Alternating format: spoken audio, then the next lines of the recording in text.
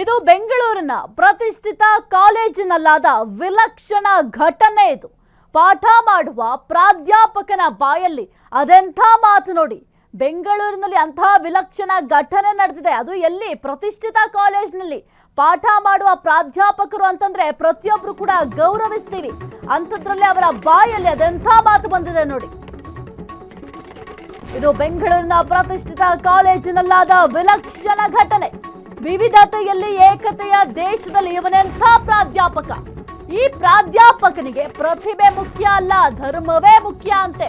ಪ್ರಾಧ್ಯಾಪಕನಿಗೆ ಯಾಕೆ ದ್ವೇಷದ ಭಾವನೆ, ಧರ್ಮದ ಅಸ್ತ್ರ ಯಾಕೆ ಬಳಕೆ ಮಾಡ್ತಾವ್ರೆ? ಇದು ಬೆಂಗಳೂರಿನ ಪ್ರತಿಷ್ಠಿತ ಕಾಲೇಜಿನಲ್ಲಾದ ವಿಲಕ್ಷಣ ಘಟನೆ. ಪಾಠ ಮಾಡುವ ಪ್ರಾಧ್ಯಾಪಕನ ಬಾಯಲ್ಲಿ ಅದೆಂಥ ಮಾತು ಬಂದಿದೆ ನೋಡಿ. ಪ್ರಾಧ್ಯಾಪಕ ಅಂತಂದ್ರೆ ಪಾಠ ಮಾಡಬೇಕು, ವಿದ್ಯಾರ್ಥಿಗಳಿಗೆ ಬುದ್ಧಿ ಹೇಳಬೇಕು. ಆದ್ರೆ ಅವರೇ ಸರಿ ಇಲ್ಲ ಅಂತಂದ್ರೆ ವಿದ್ಯಾರ್ಥಿಗಳ ಗತಿ ಏನಾಗಬೇಕು? ಈ ಪ್ರಾಧ್ಯಾಪಕನಿಗೆ ಪ್ರತಿಭೆ ಅನ್ನೋದು ಮುಖ್ಯ ಆಗೋದಿಲ್ಲ, ಧರ್ಮ ಅಷ್ಟೇ ಮುಖ್ಯ. ದ್ವೇಷದ ಭಾವನೆಯನ್ನ ಬಿತ್ತರಿಸ್ತಾ ಇದ್ದಾರೆ ಮಕ್ಕಳಲ್ಲಿ. ಇದು ಬೆಂಗಳೂರಿನ ಪ್ರತಿಷ್ಠಿತ ಕಾಲೇಜಿನಲ್ಲಾದ ವಿಲಕ್ಷಣ ಘಟನೆ. ಇದು ವಿವಿಧತೆಯಲ್ಲಿ ಏಕತೆ ಎಂಬ ಪದವನ್ನ ಪ್ರತಿಯೊಬ್ಬ ವಿದ್ಯಾರ್ಥಿಗಳಿಗೆ ಹೇಳಬೇಕು, ಮನ ಮುಟ್ಟುವಂತೆ ತಿಳಿಸ್ಬೇಕು. ಆದ್ರೆ ಈ ಪ್ರಾಧ್ಯಾಪಕ ಮಾಡ್ತಾ ಇರೋ ಕೆಲಸ ಆದ್ರೂ ಏನು? ಮಕ್ಕಳಲ್ಲಿ ದ್ವೇಷವನ್ನ ಬಿತ್ತುವಂತಹ ಕೆಲಸ ಮಾಡ್ತಾ ಇದ್ದಾರೆ. ಗುರುಗಳು ಅಂತಂದ್ರೆ ದೇವ್ರು ಅಂತೀವಿ, ತಂದೆ ತಾಯಿ ಆದಂತಹ ನೆಕ್ಸ್ಟ್ ಸ್ಥಾನದಲ್ಲಿ ಗುರುಗಳನ್ನ ನೋಡ್ತೀವಿ. ಅಂತಹ ಗುರುಗಳೇ ಮಕ್ಕಳ ಹಾದಿಯನ್ನ ತಪ್ಪಿಸ್ಲಿಕ್ಕೆ ಪ್ರಯತ್ನ ಮಾಡ್ತಾ ಇದ್ದಾರೆ. ಈ ಒಂದು ಏನು ಪ್ರತಿಷ್ಠಿತ ಕಾಲೇಜ್ ಇದೆ, ಆ ಒಂದು ಪ್ರಾಧ್ಯಾಪಕರ ಮಾತನ್ನ ಕೇಳಿ ಅವ್ರು ಏನು ಹೇಳ್ತಾರೆ ಅಂತ, ಅವ್ರಿಗೆ ಧರ್ಮ ಮುಖ್ಯ ಅಷ್ಟೇ. ಆತನಲ್ಲಿ, ಆ ಯುವಕನಲ್ಲಿ ಪ್ರತಿಭೆ ಇರಲಿ, ಏನೇ ಇದ್ರೂ ನೀನು ಯಾವ ಧರ್ಮದವನು, ಅದೊಂದೇ ಅವ್ರಿಗೆ ಇಂಪಾರ್ಟೆಂಟ್ ಆಗ್ತಾ ಇದೆ. ಇಂಥ ಪ್ರಾಧ್ಯಾಪಕರು ಮಕ್ಕಳಿಗೆ ಏನು ವಿದ್ಯೆ ಹೇಳ್ಕೊಡ್ತಾರೆ, ಏನು ಬುದ್ಧಿಯನ್ನ ಕಲಿಸ್ತಾರೆ? ಇವರೇ ಸರಿ ಇಲ್ಲ ಅಂತಂದ ಮೇಲೆ ಮಕ್ಕಳನ್ನ ಸರಿದಾರಿಗಾದ್ರೂ ತರೋದು ಹೇಗೆ? ಯಾರಾದ್ರೂ ಮಕ್ಕಳು ಧರ್ಮ ಧರ್ಮ ಅಂತ ಏನಾದ್ರೂ ಮಾತನಾಡ್ತಾರೆ ಅಥವಾ ಧರ್ಮ ಧರ್ಮ ಅಂತ ಹೊಡೆದಾಡ್ತಾ ಇದ್ರೆ ಆ ಮಕ್ಕಳನ್ನ ಕರೆದು ಬುದ್ಧಿವಾದ ಹೇಳಬೇಕು. ನಾವೆಲ್ಲರೂ ಕೂಡ ಒಂದೇ ಎಂಬ ಭಾವನೆಯನ್ನ ಮೂಡಿಸ್ಬೇಕು. ಮುಸ್ಲಿಂ ವಿದ್ಯಾರ್ಥಿಗೆ ಟೆರರಿಸ್ಟ್ ಅಂತ ಅವಮಾನಿಸಿದ್ದಾರೆ. ಮುಸ್ಲಿಂ ವಿದ್ಯಾರ್ಥಿಗೆ ಭಯೋತ್ಪಾದಕ ಅಂತ PSVV ಪ್ರಾಧ್ಯಾಪಕ ಹೇಳಿದ್ದಾರೆ. ತರಗತಿಯಲ್ಲೇ ಎಲ್ಲರ ಮುಂದೆ ಸ್ಟೂಡೆಂಟ್ಸ್ ಮೇಲೆ ದೌರ್ಜನ್ಯ ತೋರಿಸಿದ್ದಾರೆ. ಘಟನೆ ಬಗ್ಗೆ ವಿಡಿಯೋ ರೆಕಾರ್ಡ್ ಮಾಡಿರುವ ಮತ್ತೋರ್ವ ವಿದ್ಯಾರ್ಥಿ ಪ್ರೊಫೆಸರ್ ಮುರಳೀಧರ್ ದೇಶಪಾಂಡೆ ಸೇವೆಯಿಂದ ಅಮಾನತು. ಘಟನೆಯ ವಿಚಾರಣೆ ಬಾಕಿ ಹಿನ್ನೆಲೆಯಲ್ಲಿ ಪ್ರೊಫೆಸರ್ ಸಸ್ಪೆಂಡ್. ಪೊಲೀಸ್ ಠಾಣೆಯಲ್ಲಿ ಔಪಚಾರಿಕ ದೂರು ದಾಖಲಿಸಿದ NSUI. ಮುಸ್ಲಿಂ ವಿದ್ಯಾರ್ಥಿಗೆ ಟೆರರಿಸ್ಟ್ ಅಂತ ಅವಮಾನವನ್ನ ಮಾಡಿದ್ದಾರೆ ಪ್ರೊಫೆಸರ್. ಮುಸ್ಲಿಂ ವಿದ್ಯಾರ್ಥಿಗೆ ಭಯೋತ್ಪಾದಕ ಅಂತ PSVV ಪ್ರಾಧ್ಯಾಪಕರು ಹೇಳಿದ್ದಾರೆ. ತರಗತಿಯಲ್ಲಿ ಬೇರೆ ಮಕ್ಕಳ ಮುಂದೆ ಈ ರೀತಿಯಾಗಿ ಅವಮಾನವನ್ನ ಮಾಡಿದ್ರೆ, ಮಕ್ಕಳೇನಾದ್ರೂ ತೊಂದರೆ ಮಾಡ್ಕೊಂಡ್ರೆ, ಜೀವಕ್ಕೆ ಅಪಾಯ ಮಾಡ್ಕೊಂಡ್ರೆ ಅದರ ಹೊಣೆಯನ್ನ ಯಾರು ಹೊರ್ತೀರಾ? ಈಗೇನೋ ಸೇವೆಯಿಂದ ಅಮಾನತು ಮಾಡಿದ್ದಾರೆ, ಓಕೆ. ಈ ಹಿಂದೆ ಎಷ್ಟು ಜನರಿಗೆ ಈ ರೀತಿಯಾಗಿ ಅವಮಾನ ಮಾಡಿರಬಹುದು. ಒಂದು ವಿಡಿಯೋ ಮಾಡೋದ್ರಿಂದ ಗೊತ್ತಾಯ್ತು ಈ ಒಂದು ಪ್ರೊಫೆಸರ್ ಯಾವ ರೀತಿ ಮಕ್ಕಳಿಗೆ ಟೀಚ್ ಮಾಡ್ತಾ ಇದ್ದಾರೆ, ಅವರ ವೃತ್ತಿಗೆ ಯಾವ ರೀತಿ ಮೋಸ ಮಾಡ್ತಾ ಇದ್ದಾರೆ, ಮಕ್ಕಳಲ್ಲಿ ದ್ವೇಷ ಭಾವನೆಯನ್ನು ಯಾವ ರೀತಿ ಬಿತ್ತರಿಸ್ತಾ ಇದ್ದಾರೆ, ಧರ್ಮದ ಬಗ್ಗೆ ವಿಷ ಬೀಜವನ್ನ ಯಾವ ರೀತಿ ಬಿತ್ತುತ್ತಾ ಇದ್ದಾರೆ ಅನ್ನೋದು ಈ ಒಂದು ವಿಡಿಯೋ ಮಾಡೋದ್ರಿಂದ ಗೊತ್ತಾಯ್ತು. ಈ ಹಿಂದೆ ಹಾಗಾದ್ರೆ ಎಷ್ಟು ಮಕ್ಕಳಿಗೆ ಅವಮಾನ ಮಾಡಿರ್ಬೋದು. ಈ ಒಂದು ಅವಮಾನವನ್ನ ತಾಳಲಾರದೆ ಎಷ್ಟು ಮಕ್ಕಳು ಆ ಒಂದು ಕಾಲೇಜಿಂದ ಬೇರೆ ಕಾಲೇಜಿಗೆ ವರ್ಗಾವಣೆ ತಗೊಂಡು ಹೋಗಿರಬಹುದು. ನಿಜಕ್ಕೂ ಇಂಥ ಟೀಚರ್ಗಳಿದ್ರೆ ಅಥವಾ ಇಂಥ ಪ್ರಾಧ್ಯಾಪಕರಿದ್ರೆ ಮಕ್ಕಳು ಉತ್ತಮವಾದ ಶಿಕ್ಷಣವನ್ನ ಕಲೀಲಿಕ್ಕೆ ಸಾಧ್ಯವೇ ಇಲ್ಲ ಬಿಡಿ. ಮುಸ್ಲಿಂ ವಿದ್ಯಾರ್ಥಿಗೆ ಇವ್ರು ಹೇಳ್ತಾರಂತೆ ನೀನೊಬ್ಬ ಟೆರರಿಸ್ಟ್ ಅಂತ. ಹಾಗಾದ್ರೆ ಇವರೇ ಮಕ್ಕಳನ್ನ ಟೆರರಿಸ್ಟ್ ಆಗ್ಲಿಕ್ಕೆ ಪ್ರೋತ್ಸಾಹ ಮಾಡ್ತಾ ಇದ್ದಾರಾ ಅಂತ, ಅಥವಾ ಪ್ರಚೋದನೆಯನ್ನ ಮಾಡ್ತಾ ಇದ್ದಾರಾ ಅಂತ? ಮುಸ್ಲಿಂ ಆಗ್ಲಿ ಅಥವಾ ಹಿಂದೂ ಆಗ್ಲಿ ಯಾರಿಗೂ ಕೂಡ ಈ ರೀತಿಯ ಪದ ಬಳಕೆಯನ್ನ ಮಾಡಬಾರ್ದು. ಎಸ್ ಕುರಿತ ಹೆಚ್ಚಿನ ಮಾಹಿತಿ ನೀಡ್ತಾರೆ ನಮ್ಮ ಪ್ರತಿನಿಧಿ ಸಂತೋಷ್. ಆತ ಮುಸ್ಲಿಂ ಆಗ್ಲಿ ಅಥವಾ ಹಿಂದೂ ಆಗ್ಲಿ ಪ್ರತಿಯೊಬ್ಬರು ಕೂಡ ನಾವೆಲ್ಲರೂ ಒಂದೇ ಎಂಬ ವಿಚಾರವನ್ನ ಒಬ್ಬ ಗುರುಗಳು ಮಕ್ಕಳಿಗೆ ತಿಳಿಸ್ಕೊಡ್ಬೇಕು. ಆದ್ರೆ ಈ ಗುರುಗಳು ಮಾಡ್ತಾ ಇರೋದಾದ್ರೂ ಏನು? ಹಾಗಾದ್ರೆ ಬೇರೆ ಮಕ್ಕಳಿಗೆಲ್ಲ ಇವರು ಪ್ರಚೋದನೆ ಕೊಡ್ತಾ ಇದ್ದಾರಾ? ನೀವು ಮುಸ್ಲಿಂಗಳಂದ್ರೆ ಟೆರರಿಸ್ಟ್ ಅಂತ ಬೇರೆ ಮಕ್ಕಳಿಗೆ ಪ್ರಚೋದನೆ ಕೊಡೋ ಕೆಲಸ ಮಾಡ್ತಾ ಇದ್ದಾರಾ ಅಂತ ಈ ಪ್ರಾಧ್ಯಾಪಕರು. ಸಾಹಿತ್ಯ ಭಾರತದ ಇತಿಹಾಸವನ್ನ ನೋಡಿದ್ರೆ ರಾಮ್ ಪ್ರಸಾದ್ ಬಿಸ್ಮಿಲ್ ಅವರು ಹಾಗೆ ಅಶ್ಫಾಕುಲ್ಲಾ ಖಾನ್ ಈ ಹೆಸರು ನಮ್ಮ ದೇಶದ ಇತಿಹಾಸದಲ್ಲಿ ಚಿರಸ್ಥಾಯಿಯಾಗಿ ಉಳ್ಕೊಂಡಿದೆ. ಒಬ್ಬ ಹಿಂದೂ ಹಾಗೂ ಒಬ್ಬ ಮುಸ್ಲಿಂ ಸ್ವಾತಂತ್ರ್ಯ ಕ್ರಾಂತಿಕಾರಿ ಹೋರಾಟಗಾರರು ಇಬ್ಬರೂ ಕೂಡ ಇನ್ಕಿಲಾಬ್ ಜಿಂದಾಬಾದ್ ಅನ್ನುವಂತಹ ಘೋಷಣೆಯನ್ನು ಕೂಗಿ ನಗನಗುತ್ತಾ ಗಲ್ಲಿಗೇರಿದಂತಹ ಒಂದು ಘಳಿಗೆಯನ್ನು ಈ ದೇಶ ಯಾವತ್ತೂ ಮರೆಯೋದಕ್ಕೆ ಸಾಧ್ಯನೇ ಇಲ್ಲ.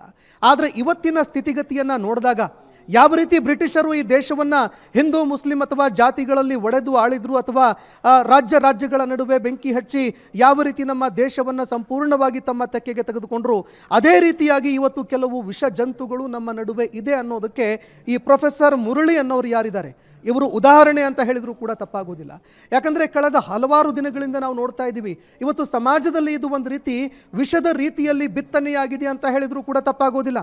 ನೋಡಿ, ಯಾವುದೋ ಒಂದು ಕಾನ್ವೆಂಟ್ ಸ್ಕೂಲೋ ಅಥವಾ ಯಾವುದೋ ಒಂದು ಬಹುದೊಡ್ಡ ಪ್ರತಿಷ್ಠಿತ ಕಾಲೇಜೋ, ಇಂಥ ಕಾಲೇಜ್ಗಳಲ್ಲಿ ಈ ಕೇಸರಿ ಮತ್ತು ಹಿಜಾಬ್ ಅನ್ನುವಂತಹ ಘಟನೆ ಆರಂಭ ಆಗಲಿಲ್ಲ. ಇದು ಕೇವಲ ಸರ್ಕಾರಿ ಶಾಲಾ ಕಾಲೇಜುಗಳಲ್ಲಿ ಮಾತ್ರ ಕಾಣೋದಕ್ಕೆ ಸಿಕ್ತು. ಯಾಕೆ ಅಂತಂದರೆ ಅಲ್ಲಿ ಬಡವರ ಮಕ್ಕಳು ಇರ್ತಾರೆ, ಅಲ್ಲಿ ಕಲಿಯುವಂಥವರು ಬಡವರ ಮಕ್ಕಳು, ಅಲ್ಲಿ ಕಲಿಯುವಂಥವರು ದೀನ ದಲಿತರ ಮಕ್ಕಳು, ಅಲ್ಲಿ ಕಲಿಯುವಂಥವರು ಯಾರು ನಿರ್ಗತಿಕರಿದ್ದಾರೆ ಅಂಥವರ ಮಕ್ಕಳು. ಅಂಥವರನ್ನು ಹಾಳು ಮಾಡೋದಕ್ಕೆ ಯಾವ ರೀತಿಯಾಗಿ ಇಂತಹ ವ್ಯಕ್ತಿಗಳು ಕಾಯ್ತಾ ಕೂತಿದ್ದಾರೆ ಅನ್ನುವಂಥದ್ದಕ್ಕೆ ಇದೊಂದು ಉದಾಹರಣೆ ಅಂತ ಹೇಳಿದರೂ ಕೂಡ ತಪ್ಪಾಗೋದಿಲ್ಲ.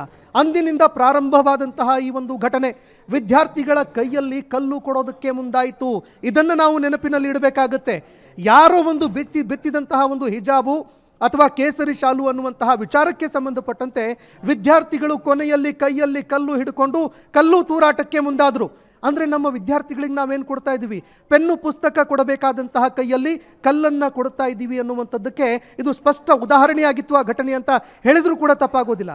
ಅದೇ ರೀತಿಯಲ್ಲಿ ಈ ವಿದ್ಯಾರ್ಥಿಗಳನ್ನು ಕೂಡ ನೋಡಿ, ಈ ರೀತಿಯಾಗಿ ಯಾವುದೋ ಒಂದು ಘಟನಾವಳಿಗೆ ಸಂಬಂಧಪಟ್ಟಂತೆ ಅದಕ್ಕೆ ತಕ್ಕದೇ ಇರುವಂತಹ ಒಂದು ಸಂದರ್ಭವನ್ನು ತಂದು ಯಾವುದೋ ಒಬ್ಬ ವಿದ್ಯಾರ್ಥಿಗೆ ನೀನು ಟೆರರಿಸ್ಟು, ಅದು ಕೂಡ ಆತ ಮುಸ್ಲಿಂ ಆಗಿದ್ದಾನೆ ಅನ್ನೋ ಕಾರಣಕ್ಕೋಸ್ಕರ ಆತನಿಗೆ ಟೆರರಿಸ್ಟ್ ಅಂತ ಹೇಳೋದಾದರೆ, ಅಂತಹ ಒಬ್ಬ ಶಿಕ್ಷಕನಿಗೆ ಈ ಭಾರತದ ನಮ್ಮ ಇಡೀ ದೇಶದ ಏನು ಸ್ವಾತಂತ್ರ್ಯ ಚಳವಳಿ ಆಗಿರಬಹುದು ಅಥವಾ ನಮ್ಮ ದೇಶದ ಇತಿಹಾಸ ಆಗಿರಬಹುದು ಅಥವಾ ಈ ದೇಶದ ಏಕತೆ, ಈ ದೇಶದಲ್ಲಿ ಇರುವಂತಹ ಭಾತೃತ್ವ, ಸಹೋದರ ಏನು ಭಾತೃತ್ವ ಅಂತ ಏನು ಕರಿತೀವಿ, ಇದರ ಬಗ್ಗೆ ನಂಬಿಕೆ ಇಲ್ಲ. ಇವರೆಲ್ಲರೂ ಕೂಡ ಈ ದೇಶದಲ್ಲಿ ವಿರೋಧಿಗಳು. ದೇಶದ ಒಂದು ಬೆಳವಣಿಗೆ ಏನಿದೆ, ಪಾಸಿಟಿವ್ ಬೆಳವಣಿಗೆ ಏನಿದೆ, ಅದರ ವಿರೋಧಿಗಳು ಅಂತ ಹೇಳಿದ್ರು ಕೂಡ ತಪ್ಪಾಗೋದಿಲ್ಲ.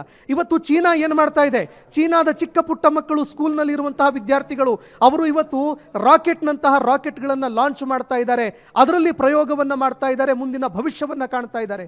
ನಮಗಿಂತ 100 ವರ್ಷಗಳ ಮುಂದಿನ ಒಂದು ಭವಿಷ್ಯವನ್ನು ಇವತ್ತು ಚೀನಾ ಬದುಕ್ತಾ ಇದೆ. ಅದಕ್ಕೆ ಕಾರಣ ಏನು ಅಂತಂದರೆ ಅಲ್ಲಿಯ ವಿದ್ಯಾರ್ಥಿಗಳಲ್ಲಿ ಇರುವಂತಹ ಒಂದು ಶಿಕ್ಷಣ ವ್ಯವಸ್ಥೆ, ನಮ್ಮಲ್ಲಿ ಇರುವಂತಹ ವ್ಯವಸ್ಥೆ ಯಾವ ರೀತಿ ಆಗಿದೆ ಅನ್ನುವಂಥದ್ದಕ್ಕೆ ಈ ಒಂದು ಘಟನೆ ಕನ್ನಡಿ ಅಂತ ಹೇಳಿದರೂ ಕೂಡ ತಪ್ಪಾಗೋದಿಲ್ಲ. ಇದರಿಂದ ವಿದ್ಯಾರ್ಥಿಗಳ ಮೇಲೆ ಮಾನಸಿಕ ಪರಿಣಾಮ ಬೀರುತ್ತೆ.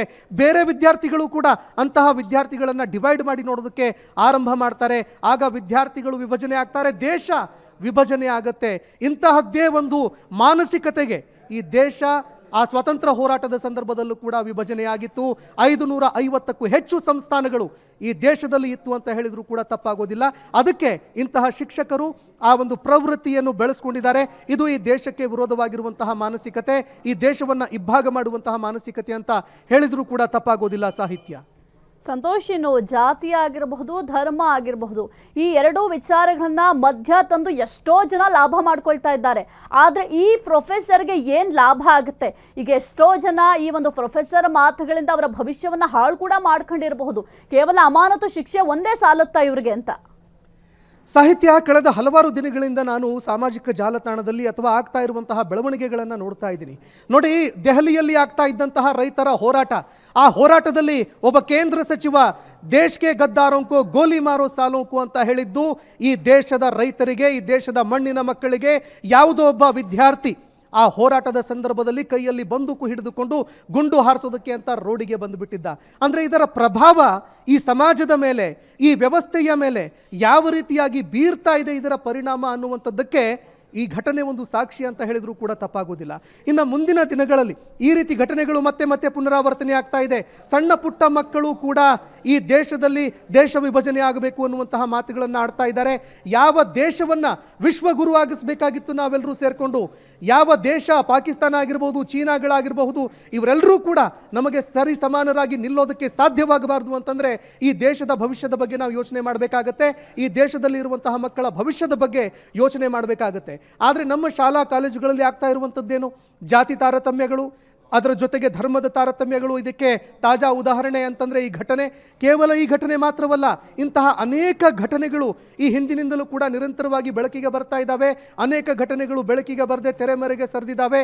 ಅನೇಕ ವಿದ್ಯಾರ್ಥಿಗಳಿಗೆ ನೋಡಿ, ಪರೀಕ್ಷೆ ಬರೆಯೋದಕ್ಕೆ ಅಂತ ಒಳಗಡೆ ಹೋದಂತಹ ಸಂದರ್ಭದಲ್ಲಿ ಅನೇಕರು ಮೊಬೈಲ್ ಫೋನ್ಗಳನ್ನು ಇಟ್ಕೊಂಡು ಪರೀಕ್ಷೆ ಬರೆದಿರುವಂಥದ್ದನ್ನು ನಮ್ಮ ಕಣ್ಣಾರೆ ನೋಡಿದ್ದೀವಿ. PSIನ ಎಕ್ಸಾಮ್ ಏನು ನಡೀತು, ತಾಜಾ ಉದಾಹರಣೆ. ಆದರೆ ವಿದ್ಯಾರ್ಥಿಗಳಿಗೆ ಏನು ಮಾಡ್ತಾರೆ ಅಂತಂದರೆ, ತಾಳಿ ಬಿಚ್ಚಿ ಹೋಗಿ ಹೊರಗಡೆ, ಉಂಗುರ ಬಿಚ್ಚಿ ಹೋಗಿ ಒಳಗಡೆ, ಈ ರೀತಿಯಾದಂತಹ ಘಟನೆಗಳು ಏನಿದೆ, ಈ ಘಟನೆಗಳು ನಮ್ಮ ವ್ಯವಸ್ಥೆ ಸುಧಾರಣೆ ಆಗದೇ ಇರುವ ಮಟ್ಟಿಗೆ ಜಿಡ್ಡು ಹಿಡಿದಿದೆಯಾ ಅನ್ನುವಂತಹ ಪ್ರಶ್ನೆ ಈ ಘಟನೆಗಳಿಂದ ಕಾರಣ ಆಗುತ್ತೆ. ಹೀಗಾಗಿ ಈ ತಾರತಮ್ಯಗಳೇನಿದೆ, ಈ ಘಟನಾವಳಿಗಳೇನಿದೆ, ಇದಕ್ಕೂ ಮುಂದೆ ನೋಡಬೇಕಾಗಿದೆ ನಾವು. ನಮ್ಮ ಸ್ವತಂತ್ರ ಹೋರಾಟಗಾರರು ಭಗತ್ ಸಿಂಗ್ ಅವರು ಹೇಳ್ತಾರೆ, ಈ ದೇಶದಲ್ಲಿ ಎಲ್ಲಿಯವರೆಗೆ ಧರ್ಮ ಹಾಗೂ ಜಾತಿಯ ತಾರತಮ್ಯಗಳು, ಧರ್ಮ ಹಾಗೂ ಜಾತಿಯ ಹೆಸರಲ್ಲಿ ಜನರನ್ನು ವಿಭಜನೆ ಮಾಡುವಂತಹ ಮಾನಸಿಕತೆ ಎಲ್ಲಿಯವರೆಗೆ ದೂರ ಆಗೋದಿಲ್ಲ, ಅಲ್ಲಿವರೆಗೂ ಕೂಡ ಈ ದೇಶವನ್ನು ನಾವು ಸಂಪೂರ್ಣ ಸ್ವಾತಂತ್ರ್ಯ ಅಂತ ಹೇಳೋದಕ್ಕಾಗಲ್ಲ. ಅದು ನಮ್ಮ ಸ್ವಾತಂತ್ರ್ಯದ ಪರಿಕಲ್ಪನೆ ಅನ್ನುವಂಥದ್ದನ್ನು ತಮ್ಮ ಪುಸ್ತಕದಲ್ಲಿ ಅವರು ಬರೆದಿದ್ದಾರೆ. ನಾನೇಕೆ ನಾಸ್ತಿಕನಾಗಿದ್ದೇನೆ ಅನ್ನುವಂಥ ಪುಸ್ತಕದಲ್ಲಿ. ಅದೆಲ್ಲವನ್ನೂ ಕೂಡ ಇವತ್ತಿನ ಯುವಜನತೆ ಗೊತ್ತೇ ಇಲ್ಲ. ಭಗತ್ ಸಿಂಗ್ ಅವರು ಪುಸ್ತಕ ಬರೆದಿದ್ರ ಅನ್ನುವಂಥ ವಿಚಾರ ಇವರಿಗೆ ಗೊತ್ತೇ ಇಲ್ಲ. ಅದರ ಜೊತೆಗೆ ರಾಮ್ ಪ್ರಸಾದ್ ಬಿಸ್ಮಿಲ್, ಅದರ ಏನು ಅಶ್ಫಾಕುಲ್ಲಾ ಖಾನ್ ಅವರಿದ್ದಾರೆ, ಅವ್ರ ಬಗ್ಗೆ ಯಾರಿಗೂ ಗೊತ್ತಿಲ್ಲ. ಇವರೆಲ್ಲರೂ ಕೂಡ ಕೇವಲ ಸೋಷಿಯಲ್ ಮೀಡಿಯಾಗಳಿಂದ ಟ್ರಿಗರ್ ಮಾಡಿರುವಂಥದ್ದು. ಅಂತಹ ಯುವ ಜನತೆ ಕೇವಲ 1 GB ಡೇಟಾಗಳಲ್ಲಿ ಯಾರೋ ಒಬ್ಬ ಕಳಿಸಿದಂತಹ ವಿಡಿಯೋ ನೋಡಿ, ಯಾರೋ ಒಬ್ಬರು ಕಳಿಸಿದಂತಹ ವಾಟ್ಸಪ್ ಮೆಸೇಜನ್ನು ನೋಡಿ, ಇವರೆಲ್ಲರೂ ಕೂಡ ಅವರಿಂದ ಮೋಟಿವೇಟ್ ಆಗಿರುವಂಥದ್ದು, ಜೊತೆಗೆ ಬ್ರೈನ್ ವಾಶ್ ಆಗಿರುವಂಥವ್ರು ಅಂತ ಹೇಳಿದರೂ ಕೂಡ ತಪ್ಪಾಗೋದಿಲ್ಲ. ಇವರಿಂದ ನಮ್ಮ ದೇಶ ಕೇವಲ ಬ್ರೈನ್ ವಾಶ್ ಆಗಿರುವಂಥದ್ದು, ಜೊತೆಗೆ ಎಂಪ್ಟಿ ಮೈಂಡೆಡ್ ಇಂಡಿಯಾ ಕ್ರಿಯೇಟ್ ಆಗ್ತಾ ಇದೆ ಅಂತ ಹೇಳಿದರೂ ಕೂಡ ತಪ್ಪಾಗೋದಿಲ್ಲ. ಯಾಕಂದರೆ ಪಾಸಿಟಿವ್ ಆಗಿ ನಾವು ಯಾರೋ ಒಬ್ಬರು ಹೇಳಿದ ತಕ್ಷಣ ಅದನ್ನು ಒಪ್ಕೊಳ್ಳೋದಲ್ಲ, ಅದರ ಬಗ್ಗೆ ನಾವು ಚರ್ಚೆ ಮಾಡಿ, ಅದರ ಬಗ್ಗೆ ನಾವು ಸ್ವತಃ ಏನೋ ಒಂದು ತಿಳ್ಕೊಂಡು ಅಥವಾ ಇತಿಹಾಸವನ್ನು ಓದಿಕೊಂಡು ಹೌದು ಏನಾಗಿತ್ತು ಆ ಸಂದರ್ಭದಲ್ಲಿ ಅಂತ ತಿಳ್ಕೊಂಡಾಗ ಮಾತ್ರ ಒಂದು ಪರಿಪೂರ್ಣ ರಾಷ್ಟ್ರವನ್ನು ಕಟ್ಟೋದಕ್ಕಾಗತ್ತೆ. ಜೊತೆಗೆ ಮುಂದೆ ನಾವು ಏನು ಮಾಡಬೇಕಾಗಿದೆ ಅದನ್ನು ಕೂಡ ಇವತ್ತು ಯೋಚನೆ ಮಾಡಬೇಕಾಗಿದೆ. ಯಾಕಂದರೆ ಇವತ್ತು ಯುದ್ಧಗಳನ್ನು ನೋಡ್ತಾ ಇದ್ದೀವಿ ನಾವು ಅಂತಾರಾಷ್ಟ್ರೀಯ ಮಟ್ಟದಲ್ಲಿ.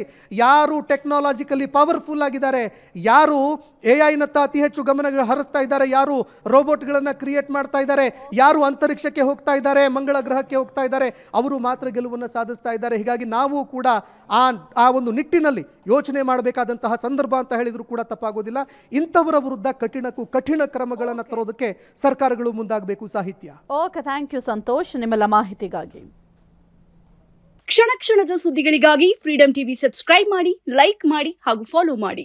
ಹೊಸ ಸುದ್ದಿಗಳ ನೋಟಿಫಿಕೇಶನ್ಗಾಗಿ ಬೆಲ್ ಐಕಾನ್ ಮೇಲೆ ಕ್ಲಿಕ್ ಮಾಡಿ.